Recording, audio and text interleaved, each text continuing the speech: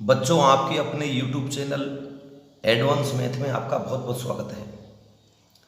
और आज हम बात करेंगे कक्षा 10 की प्रश्नवाली 7.3।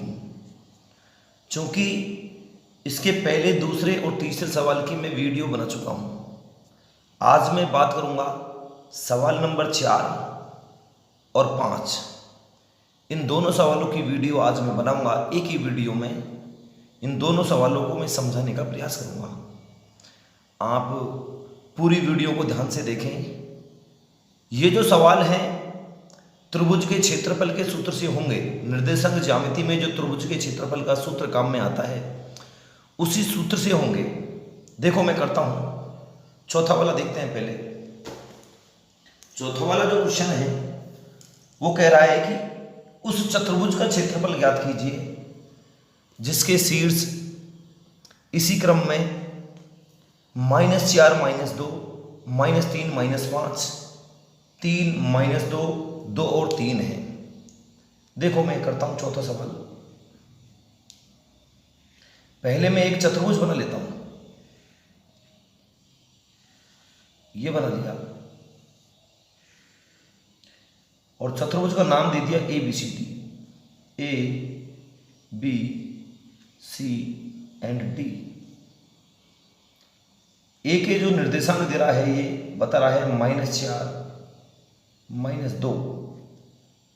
बी के निर्देशांक -3 -5। सी के निर्देशांक 3 -2 और डी के निर्देशांक 2 और 3 है। अब इसका क्षेत्रफल पूछा है इसने।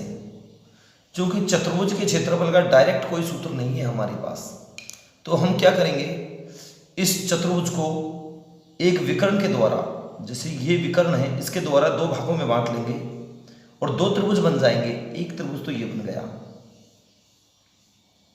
और दूसरा त्रिभुज हमारा ये बन गया।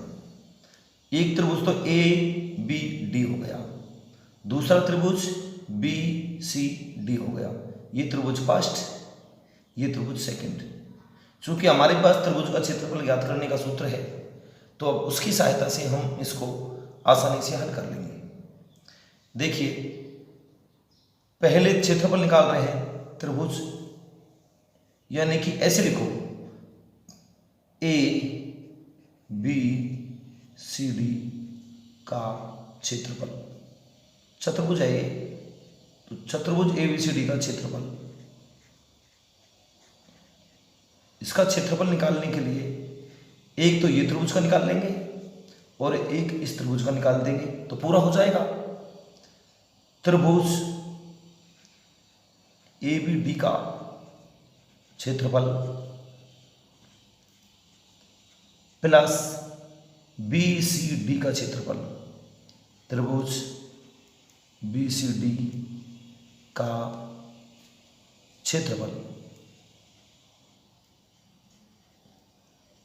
ठीक है। अब सबसे पहले मैं इसका क्षेत्रफल निकालूंगा, फिर इसका निकालूंगा और दोनों को जोड़ दूंगा तो पूरा क्षेत्रफल आ जाएगा। देखिए, पहले त्रिभुज ABD का क्षेत्रफल, त्रिभुज ABD का क्षेत्रफल।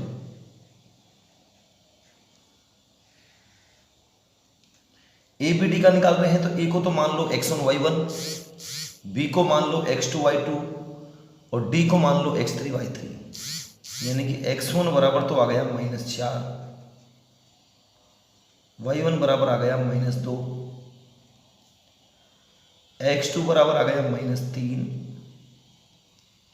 y2 बराबर आ गया -5 और x3 ABD, ए का x1 y1 हो गया, B का x2 y2 हो गया और D का हो जाएगा ये D, x3 बराबर 2 और y3 बराबर 3। ठीक है। अब इनसे हम इस वाले फर्स्ट वाले त्रिभुज का क्षेत्रफल निकाल लेंगे। देखो मैं निकालता हूं त्रिभुज का क्षेत्रफल। सबसे पहले सूत्र लगा दें त्रिभुज का क्षेत्रफल बराबर 1/2 कोष्टक x1 y2 minus y3 plus x2 y3 minus y1 plus x3 y1 minus y2। ठीक है, और अब इस क्षेत्रफल को निकाल लें। 1/2 सारी वैल्यूओं को हम इसमें रख देंगे। x1 की जो वैल्यू है वो -4 है, y2 माइनस y3, y2 का मान है -5 माइनस सूत्र में है, और y3 की वैल्यू जो है वो 3 है, प्लस x2 की वैल्यू -3 है, y3 माइनस y1, देखो y3 का मान 3 है, माइनस y1 की जो वैल्यू है वो -2 है, तो प्लस की 2 हो जाएगी, माइनस माइनस x3 की जो वैल्यू है वो 2 है। केवल वैल्यू रख रहा हूँ, जो है y1 की जो वैल्यू है -2 है, माइनस y2 की जो वैल्यू है वो -5 है, इसलिए प्लस का 5 हो जाएगा। देखिए 1/2 माइनस का 4, -3 और -5 -8 हो गए, फिर माइनस का 3 है, 3 प्लस 2 5 हो गए, फिर प्लस का 2 है, फिर 3 हो गए, माइनस का तो 2 है, प्लस का 5 है, तो 3 बचेंगे। ठीक है, उसके बाद 1/2 माइनस का 4 कोष्टक का मतलब गुणा होता है, और माइनस का 8, तो माइनस माइनस तो प्लस हो जाएगा, 800 का 32 माइनस 5 15 और 3 दूनी 6 बराबर 1/2 32 और 6 प्लस का है, तो ये हो गए 38, 15 माइनस का है, 38 में से 15 घटा लेंगे, देखो ये मैं यहाँ घटाता हूँ, 38 माइनस 15, गलती ना करें, बिल्कुल आराम से घटाएं, 23 बचा है, तो हमारे पास आ गया 1/2 तो है ही, 23/2 वर्ग इकाई। ये जो क्षेत्रफल आया है 23/2 वर्ग इकाई, ये क्षेत्रफल ये आया है त्रिभुज, हमने जो शुरू में लिया था ABD का क्षेत्रफल, फर्स्ट वाले का, ये वाला, इस वाले AB और D इसका है।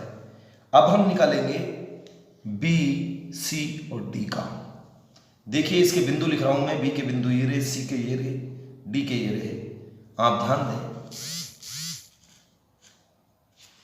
जो बिंदु B है त्रिभुज BCD का क्षेत्रफल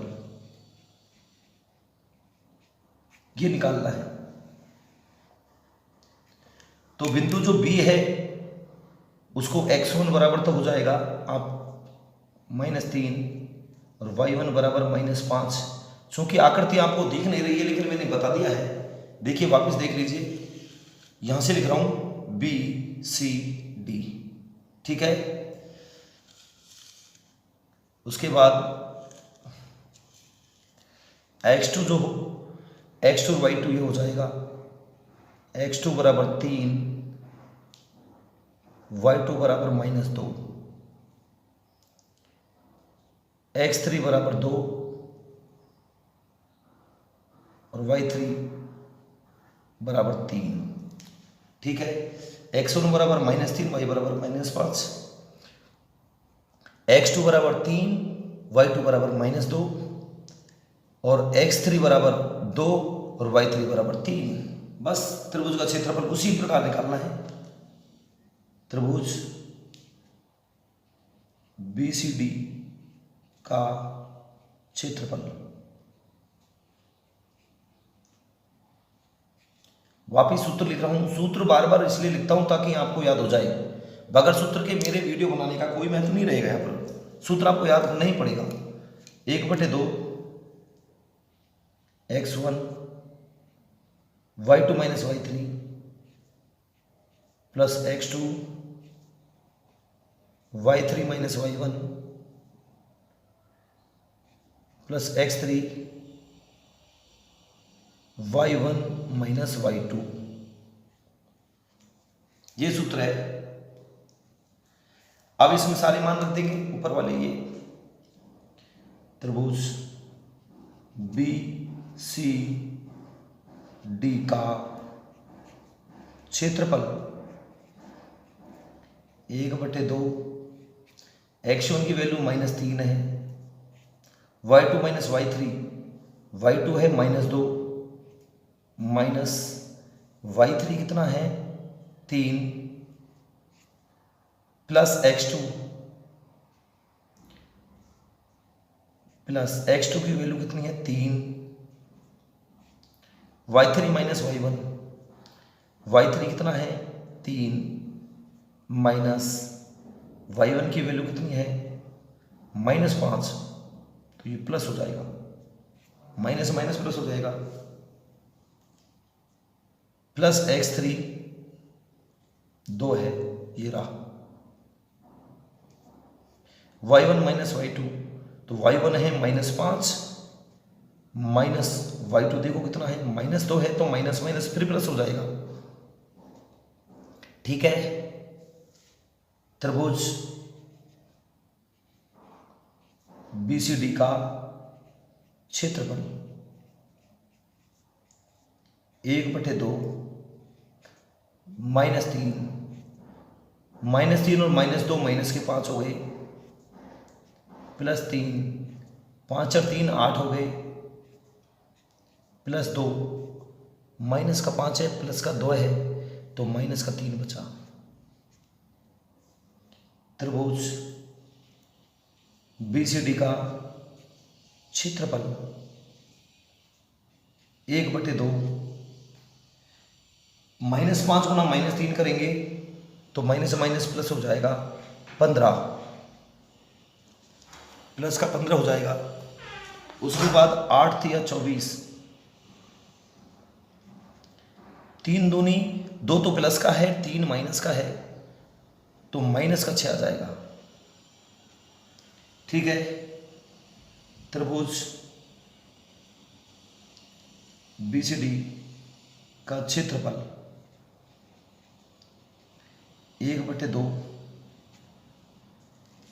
चूंकि 15 और 24 प्लस का है, जोड़ लेंगे कितना हो जाएगा 30 39 हो गए, 6 है जो माइनस का है, कितना बचा 33 बचा। 39 प्लस का है, 6 माइनस का है, तो 33 बचा, यानी कि आ गया 33/2 वर्ग इकाई। ये दूसरे वाले त्रिभुज का आया है BCD का। पहले वाले का ये था, दूसरे वाले का ये है। उसने पूरे चतुर्भुज का क्षेत्रफल पूछा है। देखिए इस पूरे का पूछा है, तो इसको और इसको जोड़ देंगे तो आ जाएंगे। तो देखिए वीडियो को पूरा देखें, बीच में स्किप ना करें ताकि आपको अच्छा समझ में आए। त्रिभुज चतुर्भुज ABCD का क्षेत्रफल, चतुर्भुज का नाम ABCD है।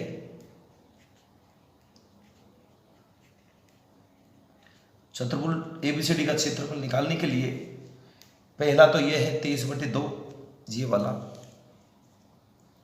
ये इसको इसमें लिख देंगे, दोनों को ऐड करना है कुल मिला के 23/2 प्लस 33/2। क्या करेंगे हम, यहाँ लघुत्तम ले लेंगे, दोनों में 2 आ रहा है तो 2 लघुत्तम ले लेंगे, तो 2 से 2 कट जाएगा, 23 बचेगा, प्लस 2 से 2 कट जाएगा, 33 बचेगा। कितना हो गया? 50, 56, 56/2, 56 में 2 का भाग दे लेंगे, 2 दूनी 4, 2 अंठे 16, 28 वर्ग इकाई आएगा। जो इसका क्षेत्रफल आएगा वो 28 वर्ग इकाई आएगा। और इस तरह से आप इस सवाल को पूरा कर सकते हैं। देखता हूं इसके बाद अब एक सवाल और बताता हूं मैं आपको। अगला वाला, थोड़ा पेपर को सेट कर लेता हूं, उसके बाद मैं आपको बताता हूं। अगला जो सवाल है मैं बता चुका हूं, एक बार और देख लीजिए आप। वो ये है, थोड़ा समझा देता हूं, फिर आप इसको कर लेना, आसानी से हो जाएगा, क्योंकि वीडियो लंबी हो जाएगी। मैं समझा देता हूं। कक्षा 9 में आपने पढ़ा कि स्थिर त्रिभुज की एक माध्यिका, पहले मैं समझाऊंगा माध्यिका क्या होती है, उसे बराबर क्षेत्रफल वाले 2 त्रिभुजों में विभाजित करती है। यदि उस त्रिभुज एबीसी के लिए इस परिमाण का सत्यापन कीजिए जिसके शीर्ष ये है। देखो दरअसल क्या है ये, मैं थोड़ा सा समझा देता हूं, फिर आसानी से आप इसको कर लेंगे। कि एक त्रिभुज है एबीसी, ये रहा त्रिभुज एबीसी, ए बी सी।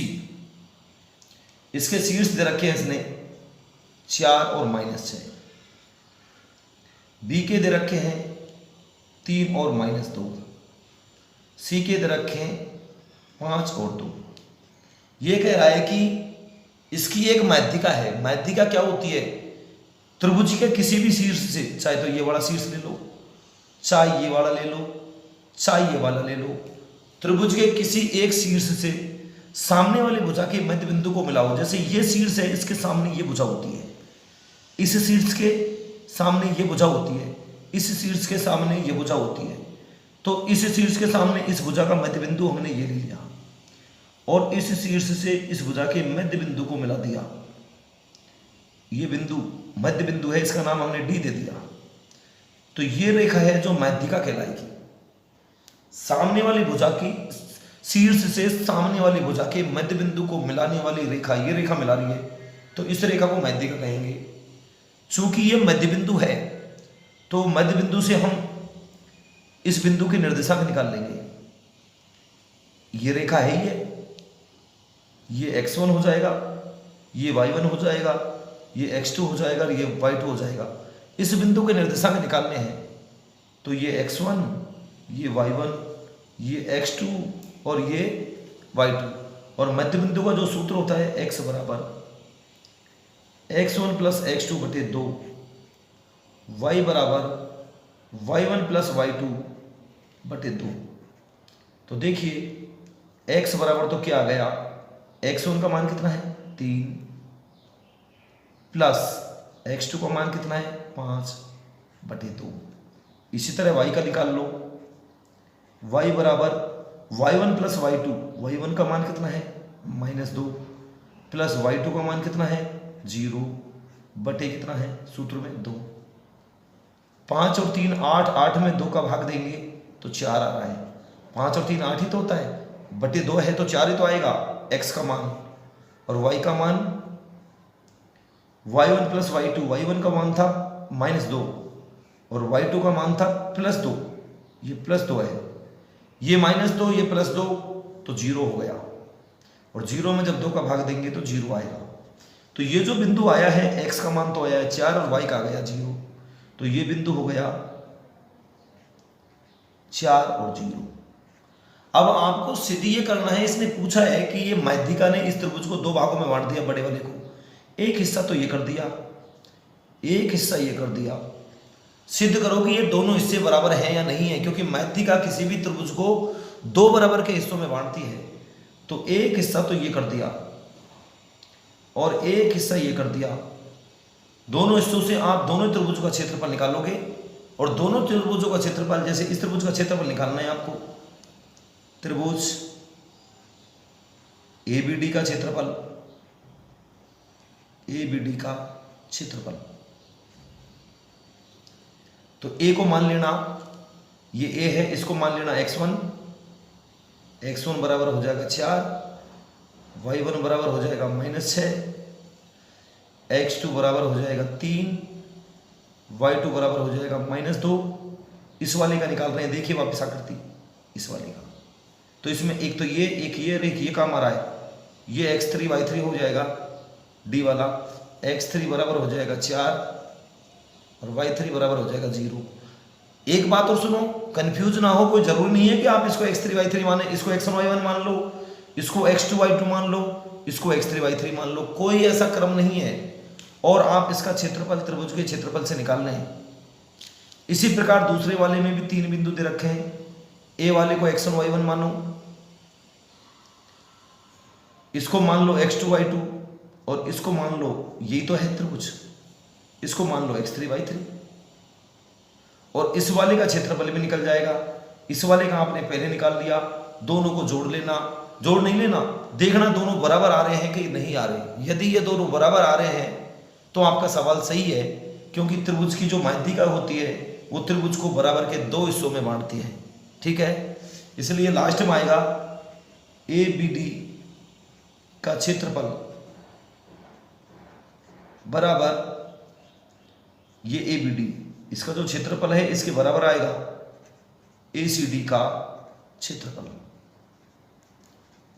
कुछ नहीं, केवल त्रिभुज के क्षेत्रफल का सूत्र जो मैं पिछले सवाल में लगा रहा हूं वो आपको लगाना है और आसानी से इस सवाल को कर पाएंगे आप। यदि आपको हमारी वीडियो अच्छी लगी है तो आप हमारे चैनल को सब्सक्राइब करें, लाइक करें, कमेंट बॉक्स में कमेंट करें और शेयर करें। बहुत बहुत धन्यवाद।